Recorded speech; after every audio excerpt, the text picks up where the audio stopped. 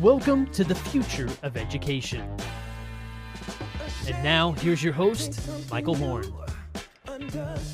Welcome to the future of education. I'm Michael Horn, and you're joining the show where we are dedicated to creating a world in which all individuals can build their passions, fulfill their potential, and live lives of purpose, which sadly today remains not the case, but we keep working toward it. And to help us think through that, I'm really excited actually for this episode because we have Jorge Elorza, who's the CEO of Democrats for Education Reform. When I got into the world of education, DFER was like it was something that we paid a lot of attention to, really excited about. And then Jorge, as you'll hear, wrote a series of pieces actually that have caught my attention with the ideas expressed in them and given interviews and so forth to that effect, that I thought, hey, something interesting is happening here and important that I want to drill into and understand more. So Jorge, huge thanks for joining me. Welcome. It's great to be on here, Mike. Thank you for having me. Yeah, you bet. So as I started to allude there, there's a lot of substance that I want to get into. But before we go there, I actually want to start with the personal side of your story, and namely your own journey and the path to becoming CEO of Democrats for Education Reform, because I suspect that the path is not one that, from the outside, people would say, oh, yeah, that tracks, law school professor, mayor of Providence, then CEO of DFER. Talk to us about how you see that journey and how it's made sense from your perspective and in your own personal story. Thank you, Michael. So yeah, if I can, of all places, let me start at the beginning. Yeah. So I'm the son of immigrants, and in my household, from my earliest memories, it was always education, education, education. And I'd love to say, Michael, that I was that kid that always listened to mom and did the right thing. But I was a bit of a dunce, barely graduated from high school. And, one of the most pivotal moments in my life came my high school graduation. So I barely graduated. I found out I was graduating a week and a half before graduation day. And I'm sitting there. All my friends are celebrating with their families. They're going off to school. I had gotten rejected from everywhere that I applied to. My life was going nowhere. And I had one of those moments where I asked myself, what am I doing? My parents had sacrificed so much. I had let sacrifice go in vain, and I resolved that I was going to do what I could to turn things around. And it was education that turned my life around. I enrolled at community college. That led me. Then I got a scholarship that it got inner city kids into the state school. That's what got me to college. And then from there, I went to law school, and that set me on this track. So education has always been a core part of like who I am and what I believe in. And so I practiced for 2 years as an attorney, and then I became a law professor. I thought I was going to do that for the rest of my life. I was doing the publishing thing. I had gotten tenure, but there was always an itch to keep one foot in the real world, right? In the world of doing. Yeah. And I was literally minding my business when the opportunity to run for mayor came up. Folks started approaching me, and at first I was not interested at all. And but then actually pause there for 1 second. Like, why were they tapping you to run for mayor? Because like that doesn't just happen unless you're involved in the community and people see something in you, right?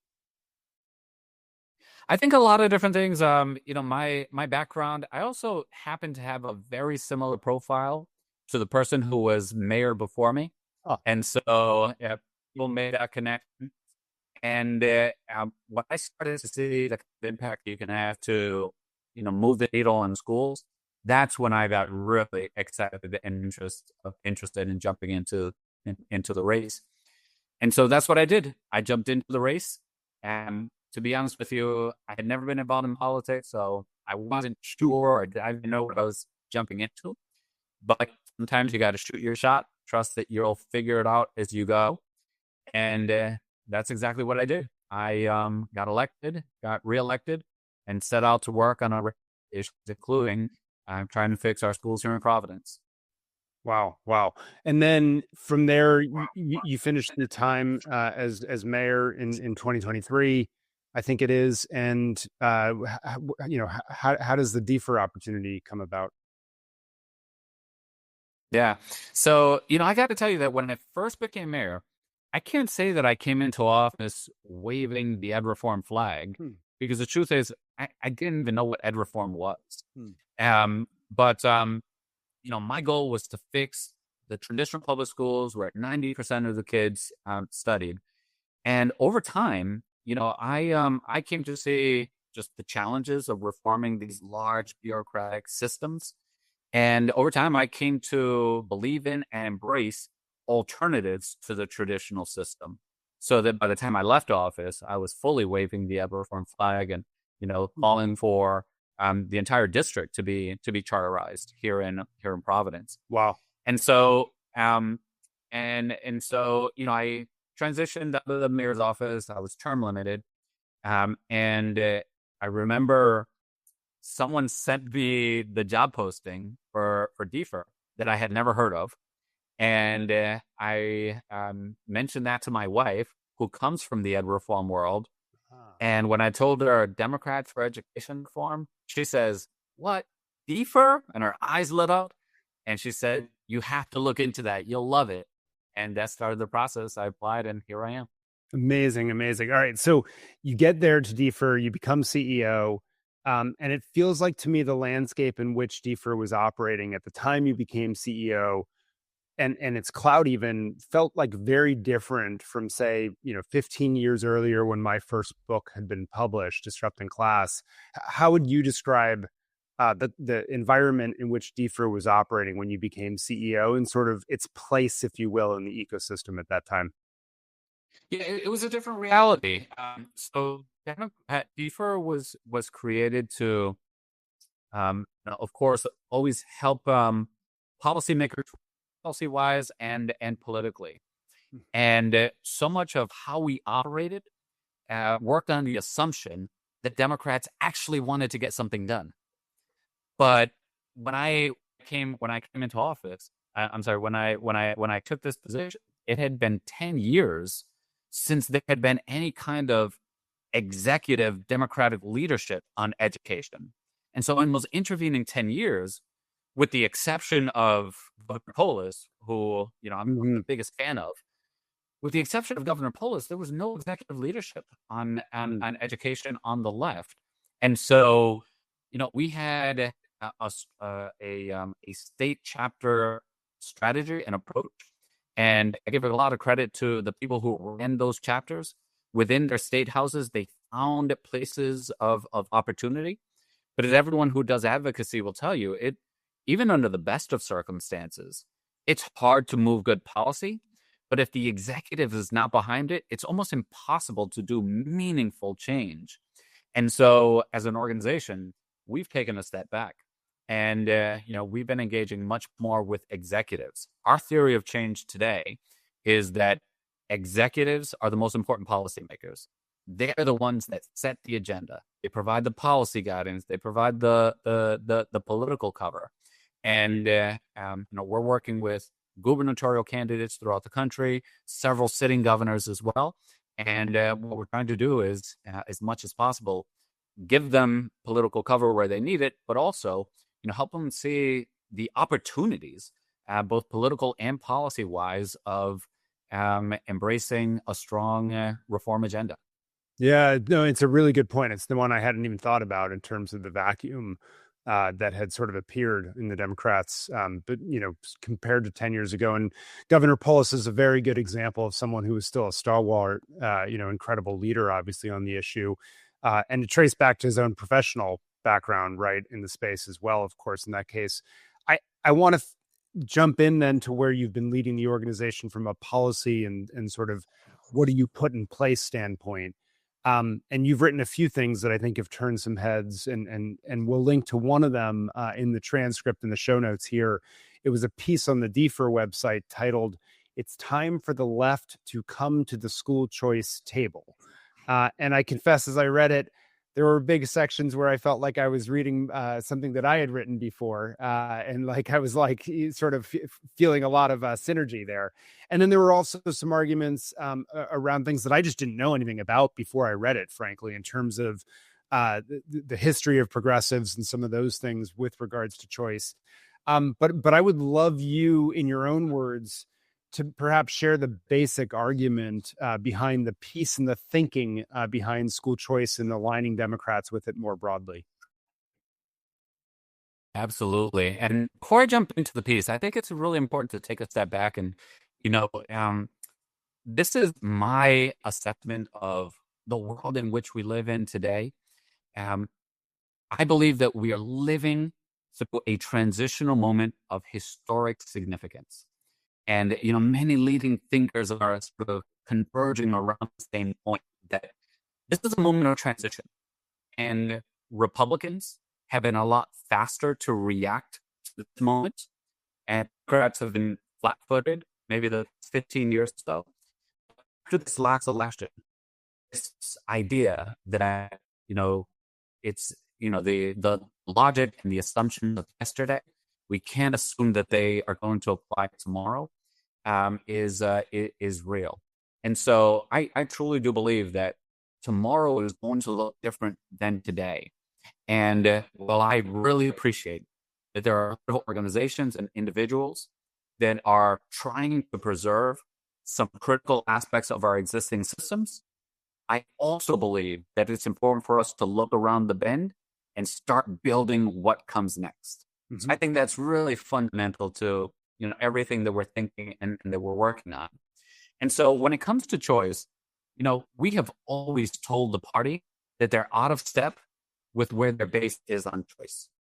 And all of the polling data pulls this up, but you don't, like Ben Austin recently said, you don't need polling data. It's like, it's so intuitively true, right? Of course it is. What exists today that never existed in the past was a political imperative for Democrats to approach education differently. So 10 years ago, we had a 26-point advantage on education in terms of voter trust, Democrats over Republicans. Today, there are a bunch of different polls on it, but we're underwater. It's not a win issue for us. And so in this new reality, the truth is that with voting groups that have drifted away from the party, I'm talking about working class, Black and brown, this is yet another 80-20 issue that Democrats are on the wrong side of. So I believe that there is a political imperative that exists today around embracing forms of choice that just didn't exist in the past. We never paid a political price for it previously. So with all that said, we're out to make the case that, there's nothing to be scared about with choice. And I think it's really important for Dems, forget what Donald Trump wants, forget what Rin Weingarten wants. Let's come up with our own proactive education agenda. And, when I think about choice, we're talking about empowering communities, empowering parents. There's nothing more progressive than that. We're talking about bottom-up innovation. This isn't just about the demand side of things where you enhance families' purchasing power so they can send their child to a private school. It's also the supply side. We're seeing this in places that have well-established ESA programs, these rich ecosystems of bottom-up, community-driven, startup-style innovation in the form of microschools, unbundled learning, start to take hold. That's all exciting. And those are all things that appeal to left of center sensibilities. And so this should not feel as though it's what the bad guys want or something that's foreign to our own principles. We stand for choice in so many other spheres. And the reason why I'm a Democrat is because I've always believed that we look out for the little guy. And I've always believed that if you trust the little guy, if you give families at the agency and the ability to make their own decisions, you know what will happen? We'll make good decisions. And so I think choice very much aligns with our fundamental values. I'm excited about continuing to make the case and connecting with others who feel the same. Yeah, I mean, that notion of trust, agency, and then the ecosystem you're unleashing on the supply side, that all resonates with me. I want to come back to it in a moment. You mentioned the politics side of it, which I think is a really interesting point, and it cuts a number of ways. You talked about the changing poll numbers for Democrats. You talk about in the red states where they've passed education savings accounts laws that progressives actually, I think, arguably are taking more advantage of the micro schools than are the conservatives in many cases, right? And they're really excited about it. You talk about, frankly, what I've felt is that in some ways, if Democrats don't embrace choice the way you've just articulated, it could be akin to the Southern strategy that Republicans had, right, in the Nixon era, that turned off Black and brown voters for several decades in some ways. Like it could be that sort of big mistake. I'm curious if you see that similarly, or am I overstating things perhaps there? So I do believe that Democrats have begun to pay a political price for being out of step with their own base on education policies. And that's something that we have to take seriously. The working class, working class, they rely disproportionately on government providing them options to great schools. And so, I mentioned my own family background. The time I can remember, education. If we're talking about these communities, these voters that are drifting away, we know they disproportionately care about education. It's just smart politics to align our policies with what they want. But it's not just political; it's also policy wise. It's hard to make a case that what we've been doing on education is delivering for families. Yep. I say it all the time. Like here in Providence today, if you can believe this, today in Providence, only 2.4% of high school seniors at traditional public schools can do math at grade level. 2.4%. That's indefensible. Every Democrat should be outraged. Yet we just don't see the sense of urgency around it. Providence, frankly, is no outlier.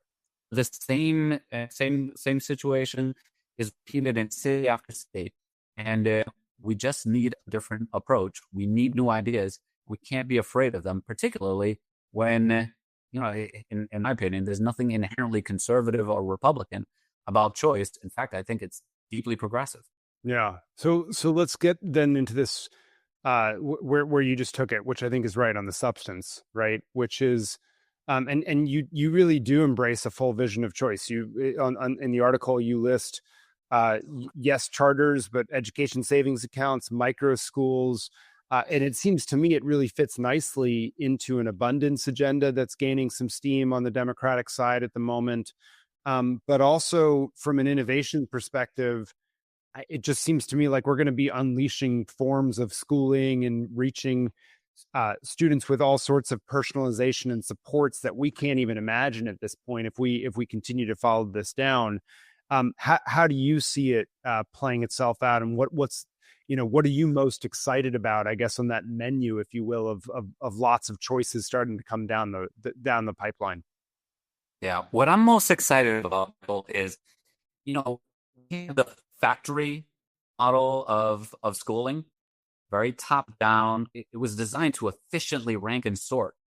And over the years, we've just sort of accepted this year after year to the point that it's become unquestioned tradition. But education doesn't have to look that way. It can look very different.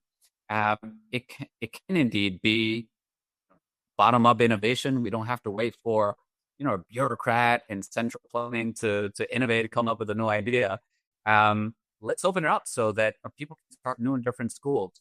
So this micro school movement, and you're 100% right that most founders of micro schools, they're likely Democrats. They're likely progressives. Yeah. They're designed from the outset to meet particular needs, the diverse needs of that community. So I love this idea of being bottom up. Also, inside the classroom, it doesn't have to be one teacher and X number of kids.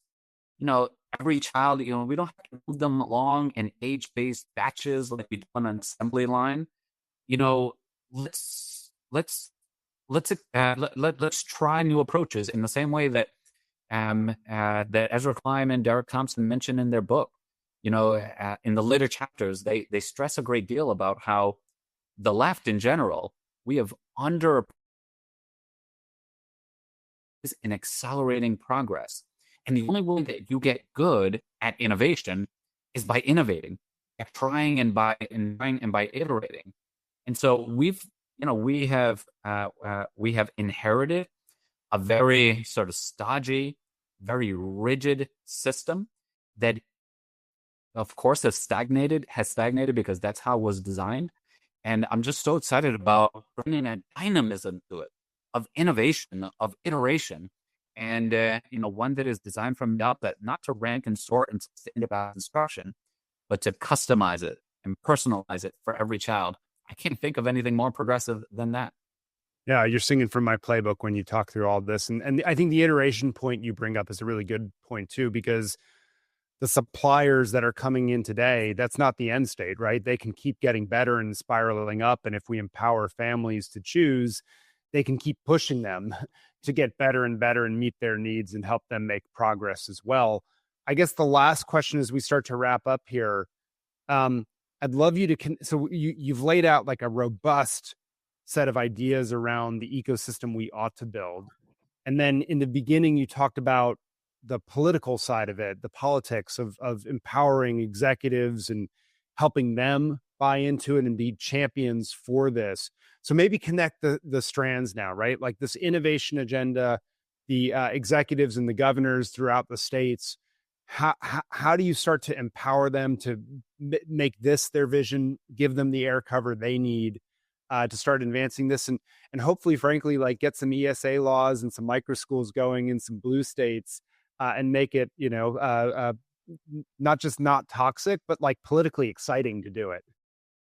Yeah. So a lot of different ideas and thoughts there. The first is that, we've been, there's going to be 38 gubernatorial elections in the next 15 months.